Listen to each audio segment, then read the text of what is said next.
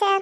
ഒരിടത്തൊരിടത്ത് പാവപ്പെട്ട ഒരു കൃഷിക്കാരന് വളരെ ഭംഗിയുള്ള ഒരു താറാവുണ്ടായിരുന്നു. എല്ലാ ദിവസവും ആ കൃഷിക്കാരൻ കൂട്ടിൽ പോയി നോക്കുമ്പോൾ താറാവ് ഒരു തിളങ്ങുന്ന സ്വർണ്ണ മുട്ടയിട്ടിട്ടുണ്ടായിരിക്കും.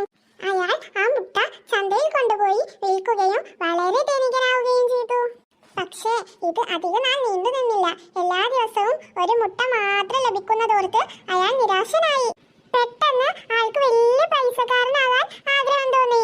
ഒരു ദിവസം പണമൊക്കെ എണ്ണി തിട്ടപ്പെടുത്തി വെച്ച് കഴിഞ്ഞപ്പോൾ അയാൾക്കൊരു ആശയം ഉദിച്ചു.